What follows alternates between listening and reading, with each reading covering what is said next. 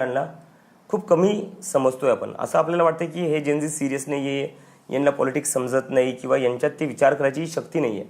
ही Gen Z खूप smart आहे sir. तर ते स्वतः ठरवतील कोणाला वोट करायचं कोणाला नाही.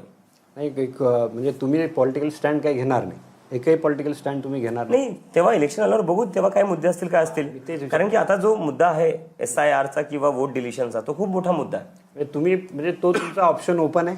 हां, असणारच ओपन. म्हणजे त्यावेळेस तुम्ही पॉलिटिकल स्टँड घेऊ शकता. तेव्हा पॉलिटिकल स्टँड घेऊ. जर तेव्हा सरकारने काही असं चुकीच्या गोष्टी केल्या तर आम्हाला सांगावं लागेल की सरकार चुकीचं करते आणि या विरोधात लोकांनी बोललं पाहिजे. पण वोट कोणी कोणाला करायचं हे लोक स्वतः इंडिपेंडेंटली डिसाईड करतील. आम्ही नाही सांगणार कोणी कोणाला वोट करायचं आणि ते सांगितलंही नाही पाहिजे. Let the people decide. जसं कसं आहे 2011ला अण्णांचं आंदोलन झालं, त्यातून आम आदमी पार्टी बाहेर आली. तर लोकांना वाटतं ना की याच्यातून आता तुम्ही बोलता तुम्ही राजकारणात नाही जाणार, पण तुमच्या याचं नाव आहे CJP, कॉकरोच जनता पार्टी. ते तर आम्ही मजाकमध्ये सुरू केलं. तेव्हा कुठं माहिती होतं सर एवढं सगळं होणार आहे. तेव्हा जर माहिती असलं तर पार्टी शब्द वापरलाच नसता.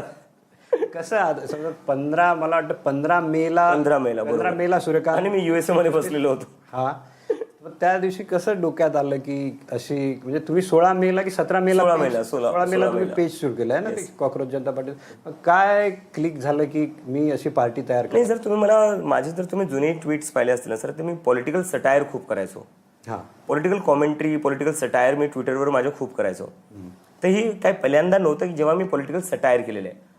कॉकरोच हा शब्द मी पहिल्यांदा वापरला कारण याचं की चीफ जस्टिस ऑफ इंडिया जे आहे त्यांनी तो शब्द वापरला आणि त्यांनी कम्पेअर केलं की आजचे जे युवा आहेत ते बेरोजगार आहेत, शिकलेले नाही आहेत, आळशी आहेत, यांच्याकडे कामधंदे नाही आहेत, म्हणून हे काय करतात, हे सोशल मीडियावर फक्त सरकारला आणि सिस्टमला शिवाय द्यायचं काम करतात. तर मी आश्चर्यचकित झालो. म्हणलं यार, त्यावेळेस तुम्ही बॉस्टनला होतो मी. म्हणलं चीफ जस्टिस ऑफ इंडिया आहेत, आपलं जे संविधान आहे त्याचे रक्षक आहेत. संविधानाचे रक्षक म्हणजे फ्रीडम ऑफ एक्सप्रेशनचे रक्षक. आणि फ्रीडम ऑफ एक्सप्रेशन म्हणजे तुम्ही टीका करा सरकारवर, सिस्टमवर, आणि तेच चीफ जस्टिस ऑफ इंडिया कसं काय म्हणू शकतात, इन्सल्ट करू शकतात मुलांची टीका करण्यासाठी. तर ते मला पटलं नाही. त्यामुळे मी म्हणलं what if all cockroaches come together. हा माझा पहिला ट्विट होता, what if all cockroaches come together. आणि त्याच्यावर तो ट्विट थोडा व्हायरल झाला. त्यानंतर मला वाटलं की ठीक आहे, हे खुराफात अजून करू की आज आम्ही कॉकरोच जनता पार्टी सुरू करतोय. या पार्टीमध्ये सामील होण्यासाठी तुमचे 4 क्रायटेरिया असले पाहिजे. तुम्ही बेरोजगार असले पाहिजे, तुम्ही आळशी असले पाहिजे, तुम्ही ऑनलाईन सतत ऑनलाईन असले पाहिजे, आणि तुम्हाला टीका करता आली पाहिजे. तर कुठं ना कुठं मजाकमध्ये का होत नाही, ती लोकांची इमॅजिनेशन कॅच झाली आणि त्याच्यामुळं लोक एकदमच जुडले गेले. पण मला कुठंच माहिती नव्हतं एवढं सगळं होणार आहे. पेज होतं, तुम्ही त्या पेजवर धर्मेंद्र प्रधान दाखवलं, सगळे कॉकरोचेस एकत्र. ते खरं झालं. ते खरं झालं. पण ते आम्ही 15 दिवसानंतर क्रिएट केलं ते. कारण की 15 दिवसानंतर आम्हाला कळालं, कारण की मी लोकांशी बोलत होतो की तुम्ही का फॉलो केले, कोणते मुद्दे आहे जे तुम्हाला सगळ्यात जास्त अफेक्ट करताय. तेव्हा लोकांनी मला सांगितलं की यार, एज्युकेशन एक गोष्ट आहे, आणि त्यात बऱ्याचशा नीटच्या मुलांशी माझा डायलॉग झाला, कन्व्हर्सेशन झालं, आणि त्यांनी सांगितलं की यार तुम्ही ना नीटचा मुद्दा उचला. आणि मग तिथून आम्ही सुरुवात केली. आता गृहराज्यमंत्री पंकज भुयर बोलले की याच्यात काही अकाउंट्सची जी आहे ती तपासणी आम्ही सुरू केलेली आहे, म्हणजे विदेशी फंडिंग. आता तुम्ही बोलले मी अमेरिकेत होतो म्हणून त्यांना असं वाटतं का की याच्यात विदेशी फंडिंग आहे? विदेशी फंडिंग जर असेल किंवा विदेशावरून कंट्रोल होत असेल तर गृहमंत्र्यांचं फेलियर याच्यात, ते असताना कसं काय असं झालं? आणि दुसरं, मी विदेशात होतो पण मी इंडियन पासपोर्टवरच होतो ना. मी थोडी ना म्हणजे दुसऱ्या कंट्रीचा पासपोर्ट घेतलेला होता. मी इंडियन पासपोर्टवरच होतो. हे आरोप का होत आहे? तुम्ही इन्व्हेस्टिगेशन करा ना. 2 महिने झाले आज, तुम्ही इन्व्हेस्टिगेशन करा. तुम्ही कधीपर्यंत आरोपवर आरोप लावणार आहे? आता तुम्ही जे मी राजकारणाचं बोललो तसं जर ही जी मुलं आहेत त्या मुलांचं काही येतं की त्यांच्यावरचे गुन्हे यांनी मागे काही नाही घेतले, तर ते हेच आंदोलन पुन्हा उभं राहील का जंतर मंतरवर? गरज पडली तर येस, गरज पडली तर आम्ही पुन्हा रस्त्यावर उतरू, जर सरकार अशी स्टुडंट्सला तंग करत राहिली तर. एक आणि अभिजित बरोबर तुमच्याबरोबर एक बोलायचं होतं की लोकांना असं वाटतं की अभिजित दिपके आहे कोण, म्हणजे त्याचं शिक्षण कुठे झालंय, तो राहिलाय कुठे, तो अमेरिकेला कसं गेला, बऱ्याच लोकांना ही उत्सुकता आहे. सो माझा जन्म आणि माझी स्कूलिंग सगळी छत्रपती संभाजीनगरमध्ये झालेली आहे. शाळेत असताना मी क्रिकेट टीमचा कॅप्टन होतो. मला क्रिकेट खूप आवडायचं आणि त्यामुळेच मी क्रिकेट टीममध्ये गेलो स्कूलच्या माझ्या, आणि त्याचा मी कॅप्टनही होतो. त्यानंतर मी काही वर्ष प्रोफेशनली क्रिकेट खेळायचाही प्रयत्न केला. डिव्हिजनल लेवल्स, डिस्ट्रिक्ट लेवलपर्यंत मी खेळलो.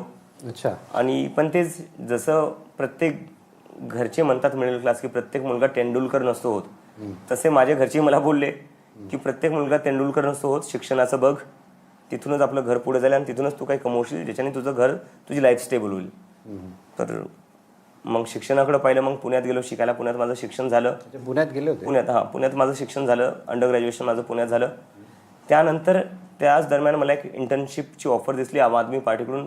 त्यात मी अप्लाय केलं आणि त्या इंटर्नशिप नंतर मी त्यांच्यासोबत काम केलं 1-2 वर्ष. 2020 ते 23च्या काळापर्यंत. आम आदमी पार्टीत तुम्ही का काम केलं, म्हणजे असं काय वाटलं? कारण की ते एज्युकेशन आणि हेल्थकेअर मॉडेल जो होता ना त्यांचा, मला ते खूप आवडलेलं.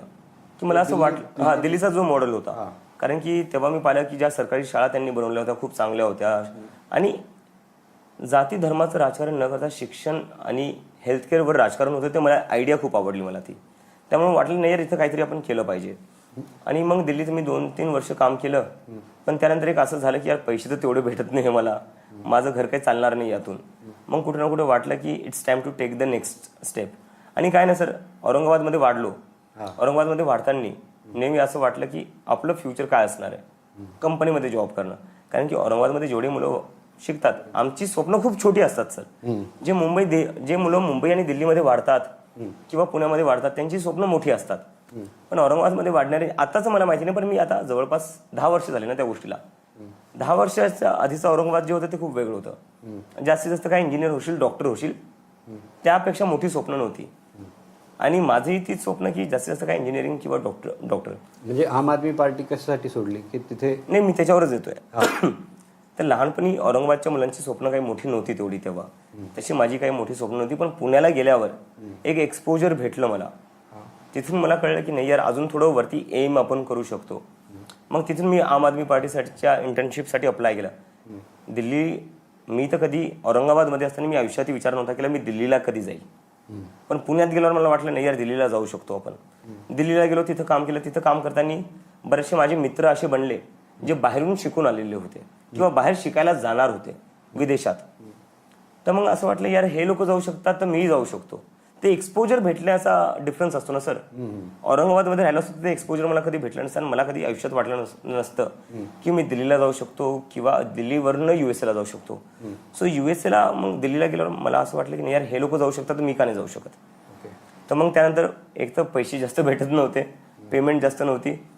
तर मग असं वाटलं मला की कुठं ना कुठं आता आपण स्वतःच्या लाईफचं थोडं पाहिलं पाहिजे आणि घरच्याकडून पण थोडं होतं की नाही यार आता थोडं एक चांगला जॉब बघ जिथे एक पेमेंट चांगली येईल किंवा मग विदेशात शिकायला जातं. मग मी बाहेर शिकायला गेलो.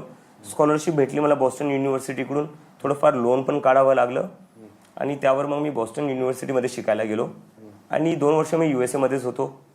आणि त्याच्यानंतर एक कॉकरोच जनता पार्टी नावाची गोष्ट तयार झाली आणि त्यामुळं मी वापस आलो.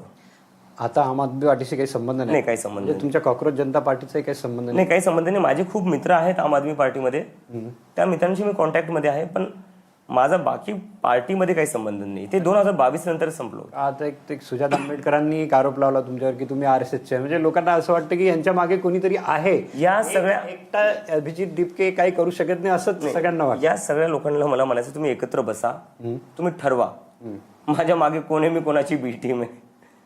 तेच तुम्ही एकत्र बसून ठरवा, मग मला सांगा, मग त्याच्यानंतर मी उत्तर देतो. आता एक शेवटाकडे तुम्ही तुमच्या कॉकरोच जनता पार्टीचा इन्क्लिनेशन कोणत्या राजकीय पक्षाकडे आहे का? कोणताच नाही. म्हणजे कोणत्याच नाही. ना भारतीय जनता पक्ष, ना काँग्रेस, म्हणजे कोणत्याही कोणताच नाही. त्यामुळे तुम्ही जर जेनजीला सांगायचं असेल तर तुमच्या समर्थकांना सांगायचं असेल तर तुम्ही काय सांगणार? Be independent. स्वतः इंडिपेंडेंट राहा. राजकीय लोकांमध्ये तुम्ही स्वतःचे हिरो बघू नका. Be your on hero. जेव्हा तुम्ही लोकांना स्वतःपेक्षा मोठं बनवतात तेव्हा ते लोक तुमची इज्जत करत नाही आणि त्याचं कारणीभूत तुम्ही स्वतः आहे. जर तुम्ही स्वतःच त्यांच्यासमोर स्वतःची इज्जत ठेवणार नाही, तुम्ही त्यांना स्वतःपेक्षा मोठं बनवसाल तर ते तुमची काय इज्जत करतील. So be your on hero. Cricketers असो, बॉलिवूडचे सेलिब्रिटीज असो किंवा पॉलिटिशियन्स असो, त्यांच्यामध्ये हिरो बघणं सोडून द्या. आपण आता एवढा इंटरव्ह्यू केला, याच्यातून काही गोष्टी ज्या समोर आल्या, कारण लोकांचं तुमच्याकडे लक्ष आहे की तुम्ही पुढे काय करणार, तर ते असं येते की तुम्ही फक्त चळवळी सुरू ठेवणार. सध्या कुठल्याही पॉलिटिकल पार्टीकडे तुमचं इन्क्लिनेशन नाही आहे. तुमचा पॉलिटिकल स्टँड सध्या नाही आहे, पण तो एक ऑप्शन तुम्ही ओपन ठेवलेला आहे.